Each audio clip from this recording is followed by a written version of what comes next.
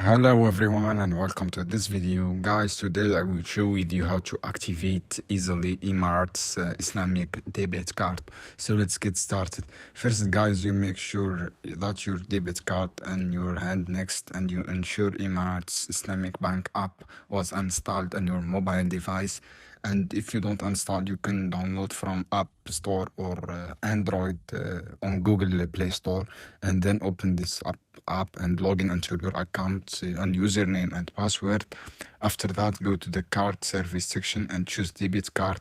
And from the list card linked into your account, go to option and say activate card.